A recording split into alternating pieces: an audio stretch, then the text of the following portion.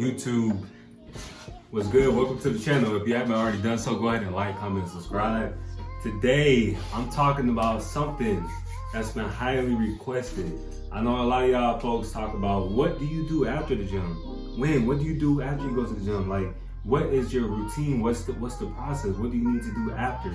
And I'm going to answer all of these questions. I answered the questions before on what do you do before you go to the gym. Now we're about to explore deeper, all right, into what do you do after you go to the gym, all right? So let's get into the first one. The first one is you want to stretch. Sounds like a no-brainer, but you want to make sure that you stretch. So the reason I say this, it might sound like it's a no-brainer, but it's really overlooked. A lot of people don't do this, and sometimes I kind of fall short on stretching right after I get done weight training. So you could do this while you're at the gym as soon as you get done weight training, or you could wait until you get home. But whenever you get done weight training, go ahead and stretch the muscles that you primarily worked on in that session. So say for example, if I'm doing bicep curls or a lat pull down, I am contracting my muscles with my back and my biceps. So after I get done with that, I'm gonna go ahead and just stretch those. I'm gonna go ahead and stretch my back.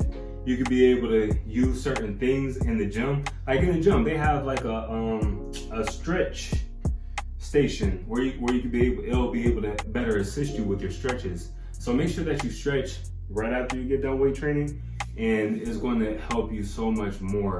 And the reason I say that is because it'll help prevent injuries. It'll keep your muscles loose, not have them so tight whenever you get done. I think like a couple weeks ago, I haven't trained legs in a minute. So when I did legs, my legs were fine after that, like after a few days after I trained. But my calves, I really went hard on my calves. I did some calf raises, some seated calf raises, and my calves was just hurting so bad. It felt like a knot, and like I really tore something.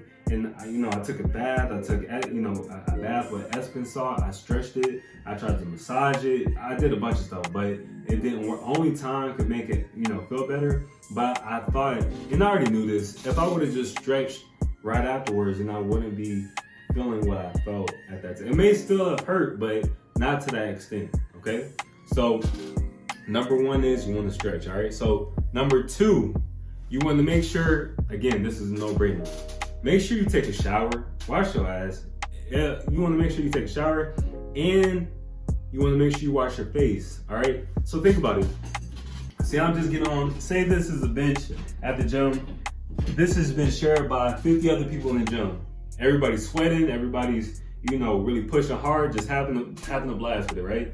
And I'm somebody else, say if I'm wearing a stringer or just a tank top, and it's my stuff, like my germs, my bacteria on the bench, and then vice versa.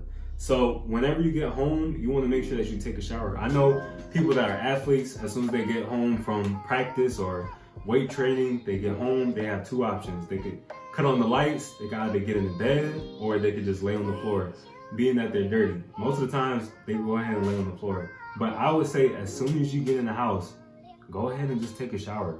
Take a shower, and especially wash your face. You need to make sure that you take care of your skin.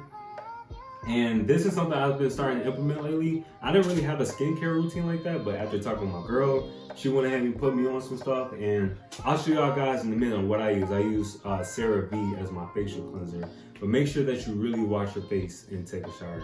All right, so say if I just get home from the gym, I'm about to take a shower. I use this right here, CeraVe Hydrating Facial Cleanser. This thing works pretty good. It gets my impurities off. I haven't washed my face yet, and I need to shave too, but it does a good job. So I take a shower, get out, and then I got a moisturizer. I got another, well, this is my girl's right here. She got Vani cream that you put right here. This is moisturizer. So whenever you get done washing your face, make sure that you go ahead and moisturize. All right, so that's number two. All right, number three, eat regularly. Okay, I feel like I shouldn't have to say this, but I know a lot of people could benefit from this because they don't really know. So oftentimes I see a lot of people, I even done it with myself. So whenever you get done weight training so hard in the gym, you think that, oh, I can eat whatever. Like I could go ahead and stop by Wendy's, stop by Checkers, Give me a Baconzilla, Baconator. Get whatever, the whole works, right? I used to do this all the time. But here's the thing. You don't burn as many calories as you think that you do weight training at all. Like, say for example, if I do an hour of weight training as opposed to an hour of cardio, hour of weight training, I might burn 2, maybe 3, maybe 300 calories, depending on how hard I push. I may be able to do that. But with cardio, I may burn like in an hour, and I really do get it in. When I'm on the elliptical and I'm locked in, I got my headphones in, I'm on there, I burn like 8, almost 900 calories, all right? So although I burn more calories on cardio, I'm still gonna eat for my goals. So I'll say if you're in a surplus, if you're trying to gain weight, okay, cool, go ahead and, eat or whatever. You still wanna make sure that you eat and have your, proper macronutrients and fibers and minerals, all that type of stuff. You wanna make sure that you still have a good balanced meal. But if that's what you want, go ahead and get it. But if you're in a deficit or in maintenance, your eyes need to make sure that you staying within those calories, because if you're not, you're gonna catch yourself over your calories. Why would you go, after you get done weight training, get a meal that's like 1,200 calories? That doesn't make any sense. All right, so just eat normal. Just eat normal, please. All right, so that's the third one. The fourth one, I'm excited to talk about this because I feel like this is for the people who's really trying to like overachieve and really succeed in, making gains, perfecting their craft and improving their training. Okay, so the fourth one and the last one that you want to do is analyze your workout. Analyze it. Now, I'm not just talking about just like sitting here in deep thought for like 2 seconds and then just going about your day. Like, really sit there and think about what you've done in the gym, what worked, what didn't work, what could have been better, and analyze it. You can either reflect on this in your head, but I would say things are pretty good if you would want to put it down on paper.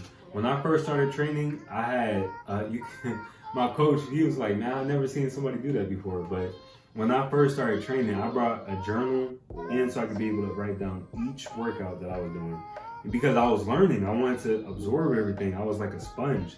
But I would say if you're trying to get better with your training, analyze, write it down, see what worked, see what didn't work. Say if I'm doing a lat pull down and I see on the lat pull down that I was able to get a good contraction with a 2 to 3 second negative drag, maybe 4 or 5 could have been for a better contraction. Maybe that might have worked for me. Everybody's different. I would say things are fundamentally the same, but everybody's different. So what works for me may not work for you. So I will write that down. I felt like I could have had a 5-second negative drag on my lat pull downs. That would have been a better contraction. All right, so boom, I could have write that. Or I could feel like, you know what? On my bicep curls, I felt like I got a really nice contraction. Everything felt right, but I felt like instead of me doing 4 sets of 15, maybe I could do a 5th set and push for 12. You know what I'm saying? Like, really, like, see how you could push yourself. See how you could perfect your craft. You know what I'm saying? So the first one is like really trickling down to like the technique, right? But the second one is me being real with myself. Maybe I could have went for an extra set. Less reps, but an extra set. You know what I'm saying? So I do that. I'm able to analyze it. Next time I go to the gym, I'm a lot better. I could be able to take my journal with me, and then next time I'm in the gym, I could be like, you know what? Let me recall what I did last time. What worked for me, what didn't work for me. What can I do better? And I go ahead and do it. I apply it. And then it's like every time, I'm getting better. I'm working on my craft. I'm sharpening my iron. You want to do this. This is how you're going to get the most results. Like, don't just go into the gym just lifting shit, just thinking that you're doing something. Like, yeah, you can lift heavy. Yeah, you can push some weight. But are you really training smart? Are you training effectively? So these are the 4 things I wanted to talk about today. So do this after you go to the gym, and I promise you, you're going to have way more success with your physical fitness results. And again, don't go crazy over this. Like, I talk about it all the time. Sanity over vanity. Sanity over vanity. Say it with me. Sanity over vanity. And the reason I say that is because when I was going through my competition and I was doing things drastically, like I was looking at things drastically, for real.